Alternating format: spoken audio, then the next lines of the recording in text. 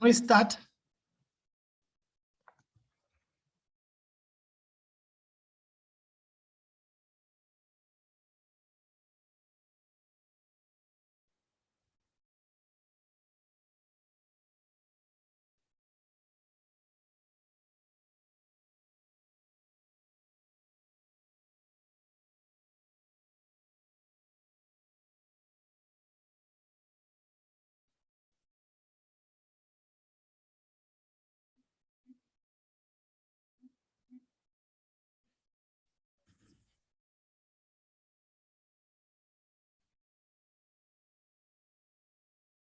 Okay, we can start. I'm sharing this basically because we want everyone to pass,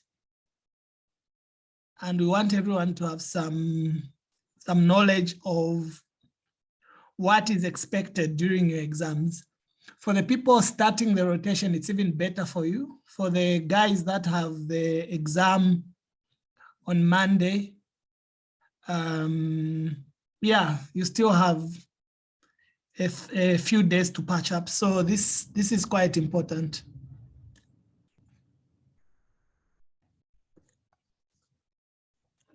Sorry, my slides are not moving. I don't know why.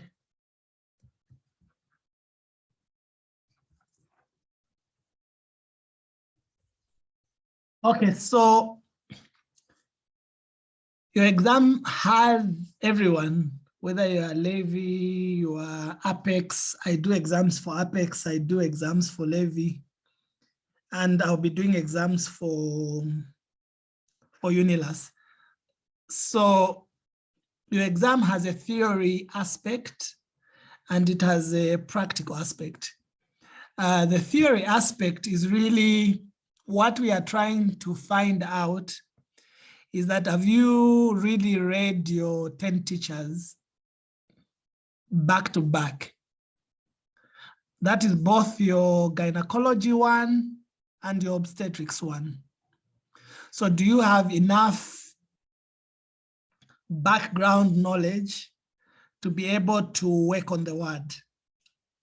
So that's the question we are asking when we are doing the theory for obs and gyn. So we try to put as many multiple choice questions as possible, and then we try and do a few, like maybe definitions and maybe one clinical scenario, just to get the whole, or most of the areas covered. So maybe a clinical scenario and maybe some definitions. I've been stressing definitions if you've noticed.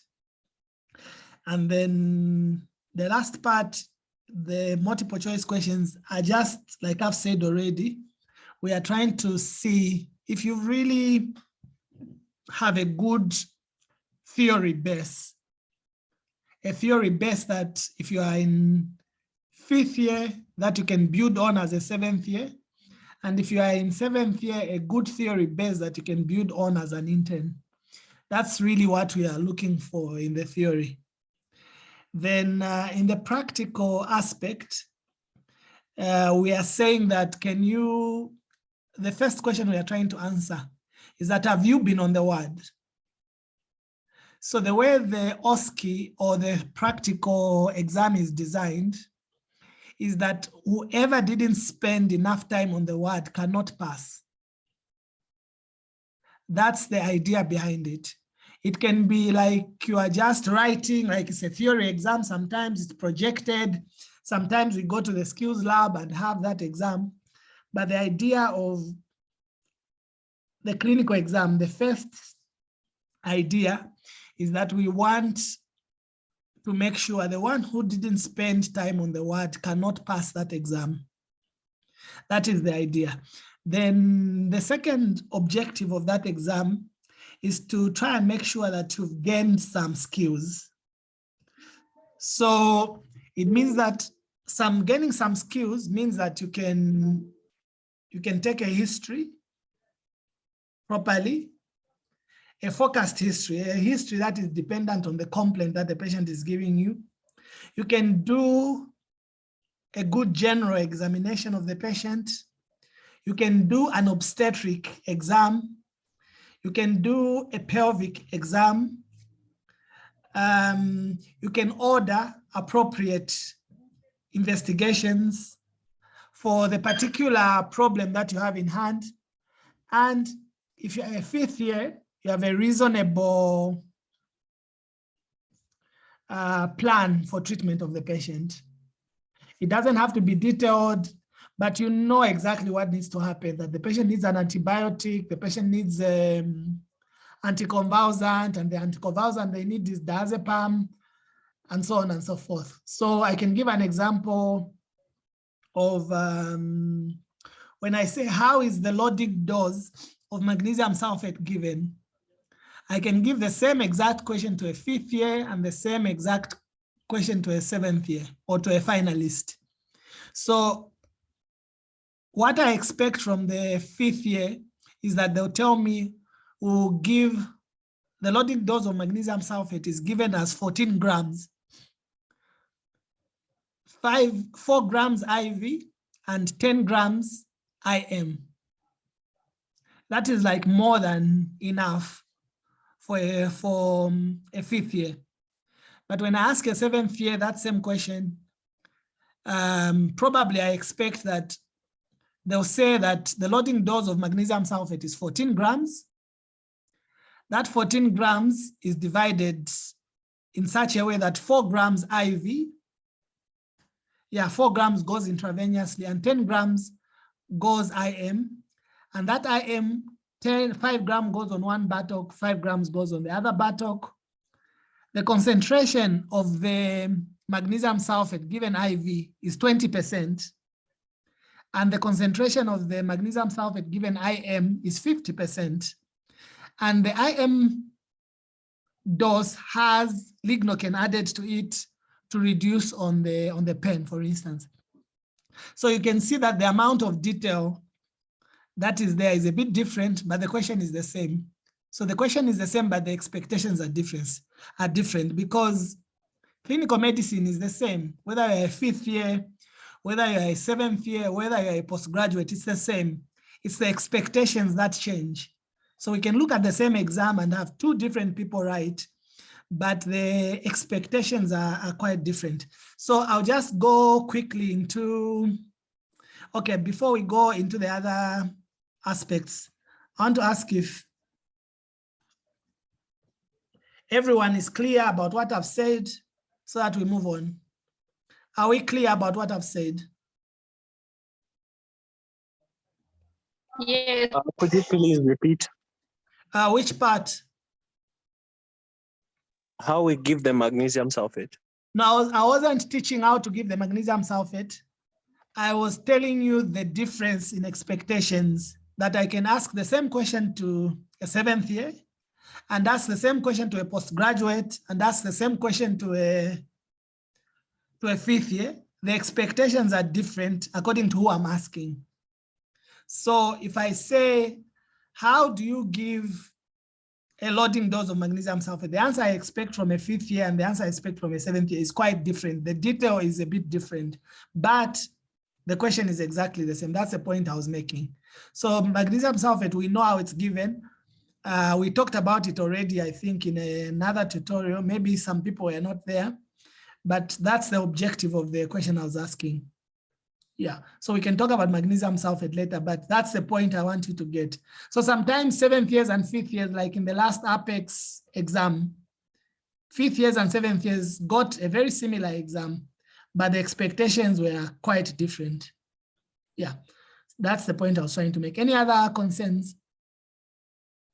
Because this is really important.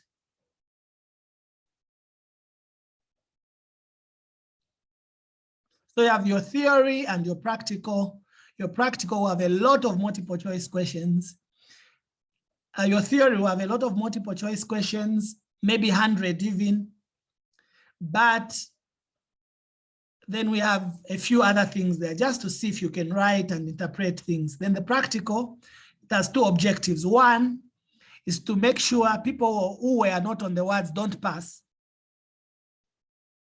Then 2, it's to just check if you gain some skills, history taking, physical examination, that includes general examination, pelvic examination, obstetric exam, and then you can order reasonable investigations and you can put a reasonable management. That is if you're a 5th year, but if you're a 7th year, you need to put a proper management because you'll be an intern just now.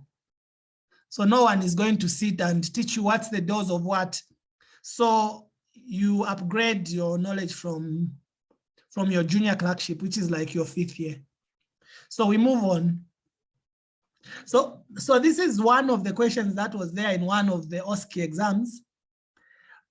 We give this pantograph, and this is an example of a history question.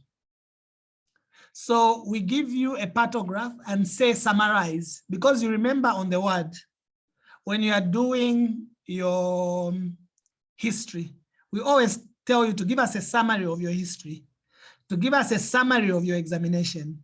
So now your history station has come in this form, that you have this patient in front of you who came as a prime gravida. Now they've delivered. So now you are handing over this patient to your consultant in labor ward. How would you present this patient? That's what the question is asking you. It means that if you've been presenting on the ward, you've been doing summaries, this won't be difficult. So you will say, this is Mrs. J. She's now a para 1 because we know she's delivered. The slide shows that she's delivered. She's now a para 1. She was admitted at 10 hours, delivered at 20 hours via SVD. She had a slow progress of labor due to poor contractions. She was augmented and she ended up giving birth to a live mature infant, ABGA score 910 at 20 hours. Her vitals are normal, there's no problems. So that's really a summary of this patient that you would give to your consultant, but you can only do that if you've been on the ward and you've been presenting and you've been giving summaries, otherwise it won't come out. So that's an example. So I'm just going to give you, so this is an example of a history station.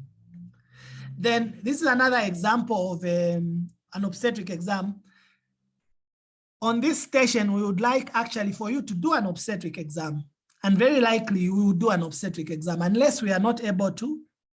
So you can see that here what we are looking at is how do you actually do an obstetric exam? If you know the steps, then the steps as outlined in your logbook, then you can just write them down. That you know you have to determine the lie, you have to determine the presentation first, you have to know where the fetal back is, you have to estimate where the fetal shoulder is, then where the fetal shoulder is where you put a fetoscope. When you're putting a fetoscope there, you don't hold on to the stethoscope. And as you are doing this, you have to hold on to the pulse or to the radio pulse of the mother to compare, and so on and so forth. So if again, you've been doing it and you've been reading your logbook, you know how to, the standard procedure. The standard procedure is the way it is in your logbook. So that is that. So this is another example. Then the third one is really the pantograph. So we always have a station on normal labor. So the first station that I mentioned is a history station. The second one is an examination station. You either actually examine, depending on the numbers of students we have, or we ask something else that shows that you really examine some patients. Then we have a normal labor thing. So you plot your pantograph, what we were talking about yesterday. So I won't go into this. So you have this scenario and you are told to plot whatever all these findings are on the pantograph. So the duration of these stations is about between 6 to 7 minutes. So in 7 minutes, you have to plot everything on the pantograph that is written in this scenario. So we won't waste time on this station. Then this is another one talking about labor abnormalities. So sometimes you have normal labor, but you also have some labor abnormalities.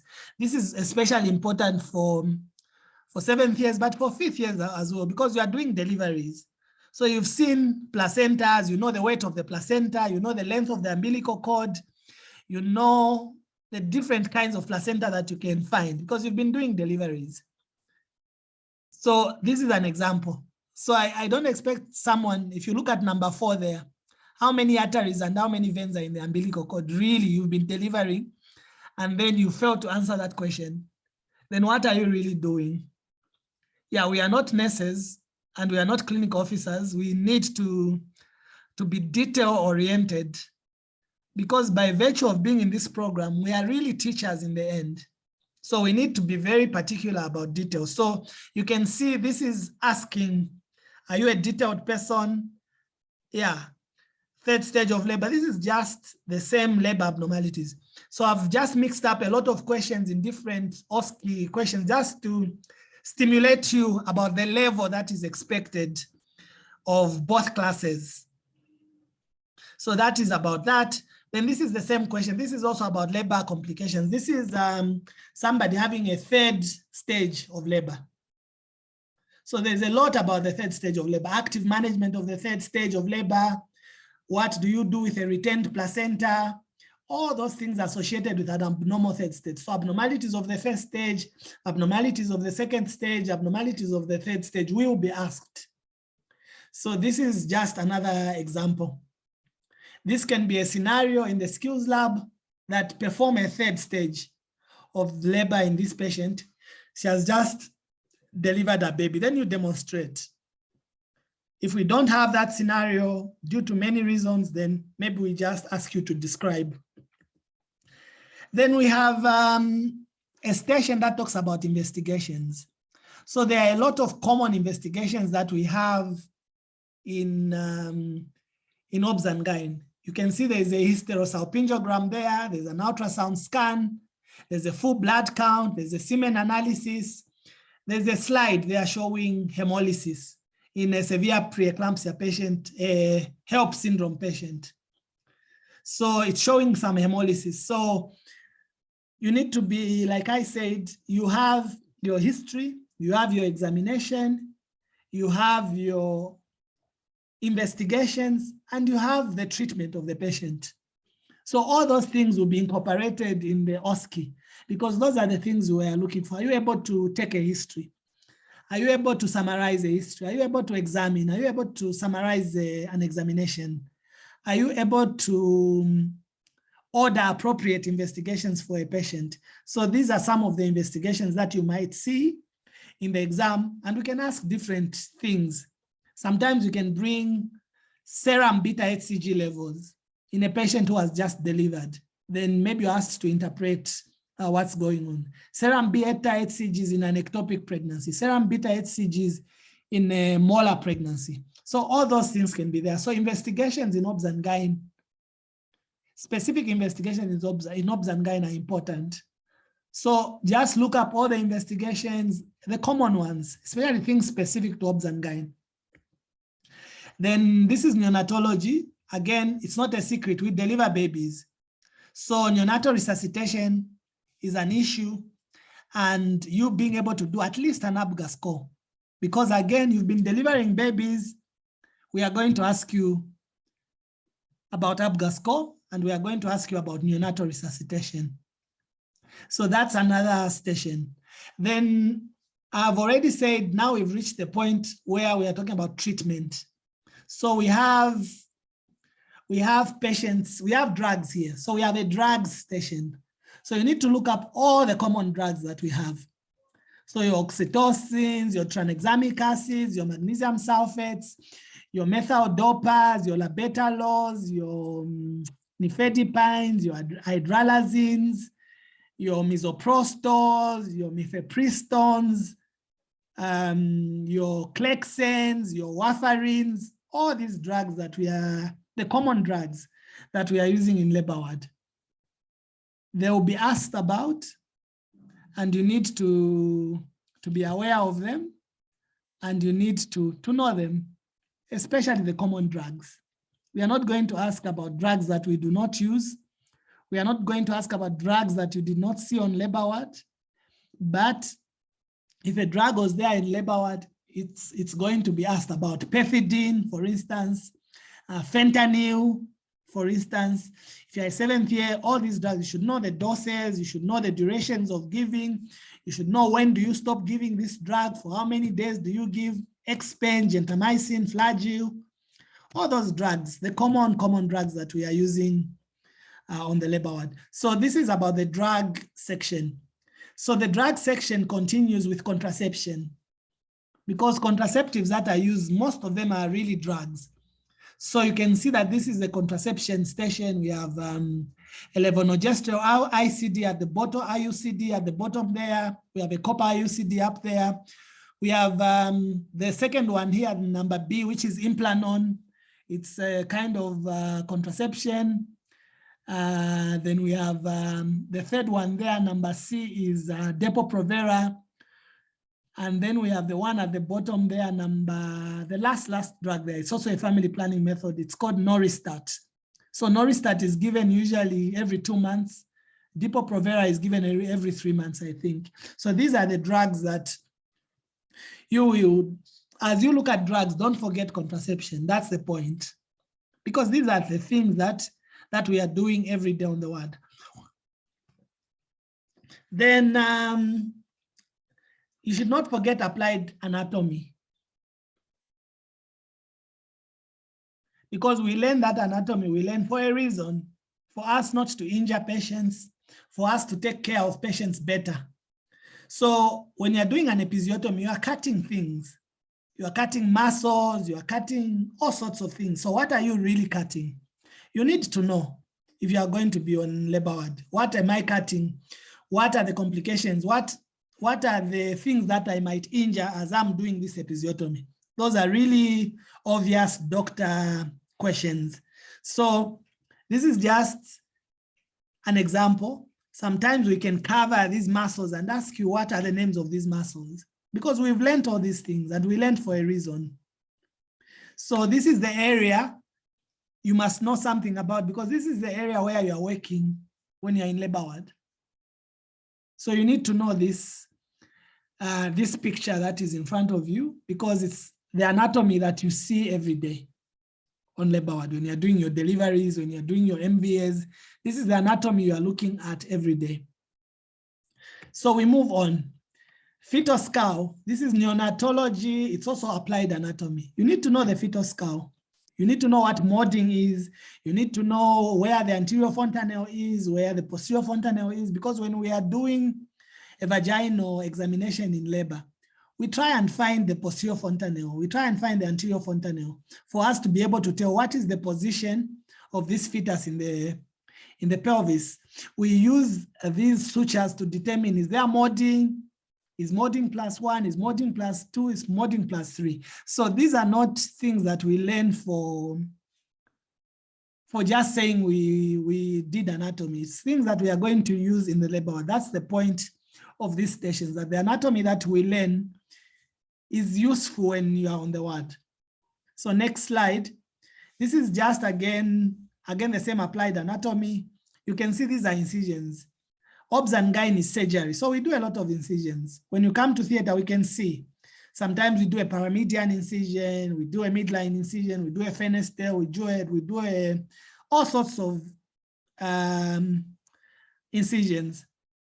So we can ask, what is incision number 3? What is it called? And so on and so forth. What is incision number 4? What is it called? So things like that. So you need to be aware of that. I only have 10 minutes. So I'll go into this area now, which is infection prevention is important.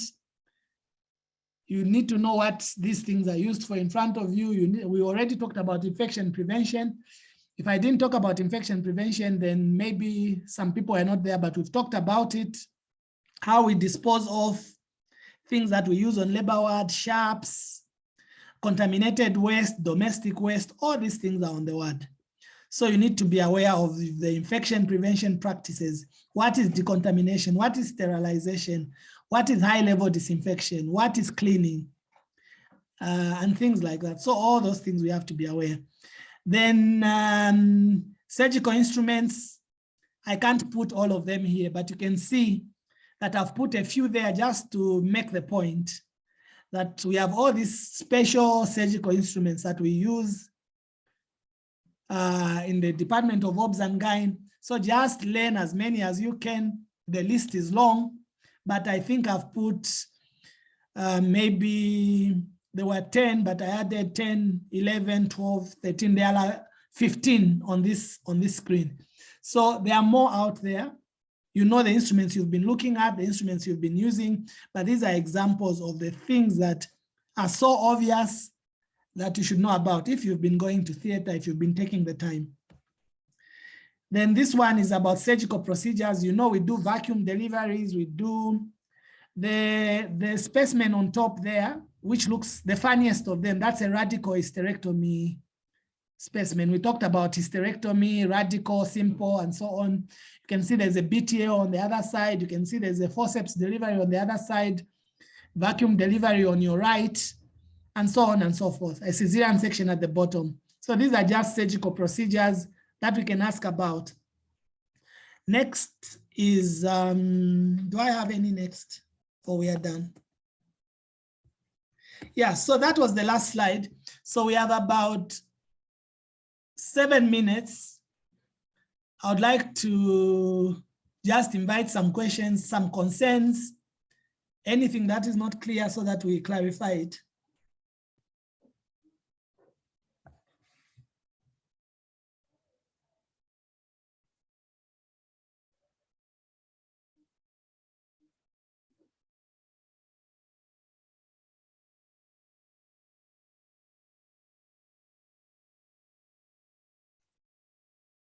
Hello.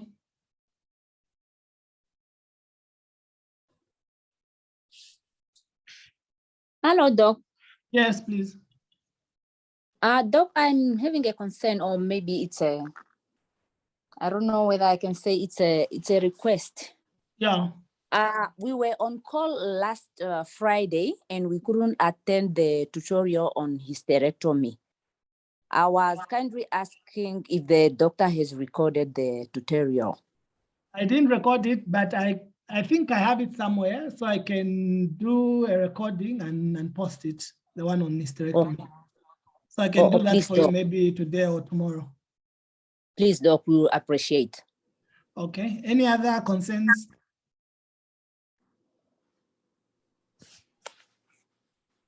I'm sure there are concerns. Or you are ready for the exam on Tuesday, those writing on Tuesday. And those writing later, it's a, yeah, I think that this tutorial is better done at the beginning, but better late than never. But yeah, we are all learning. So that is that. Any other issues? We have about 5 minutes.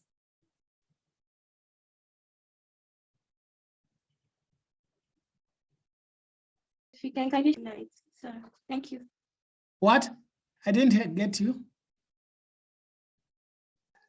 I'm kindly asking Doc if you can kindly share with us the slides, sir. This slide.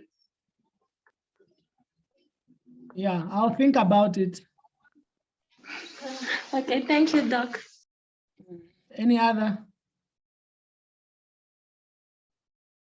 So these slides are a guide of the expected, like I've said, level in the clinical side. Yeah, but you have the theory side, which is your theory paper, which will have a lot of MCQs. The idea there is that, have you read your 10 teachers? Do you have a general enough knowledge to be able to practice on the ward? Then this exam is really like, have you been on the wards? And very likely, have you gotten some skills? So I'm going to ask a question. So which are the ones writing on, this is my last comment, the ones writing on Monday or Tuesday, what would you like? Would you like me to make you do an obstetric exam, or each of you can do a video recording for me of the obstetric exam? I think you are 11 of you. So that I consider it as station number 2, your demonstration of you doing an obstetric exam. each of the 11. So which one would you like?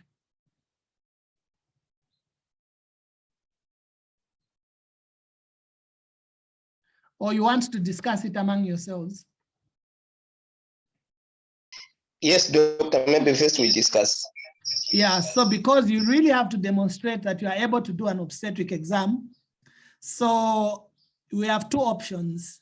The first option is, because an obstetric exam takes 4 minutes or 5 minutes.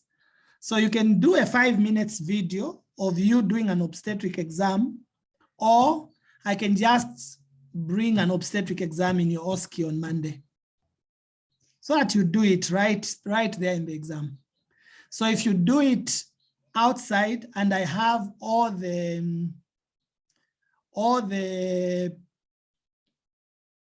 videos of those 11 people from Unilas in this case, then we know that that station is not there. It's already been done before the exam.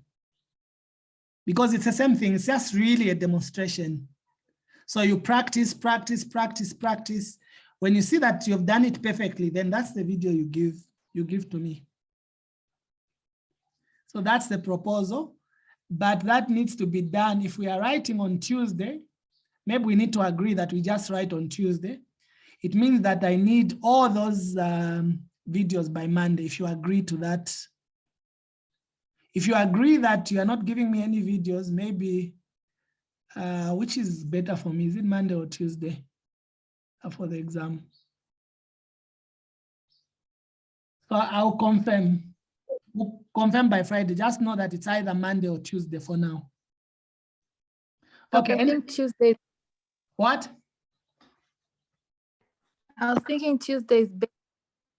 Yeah, but if we do Tuesday, it means we are doing both the same day. Yeah.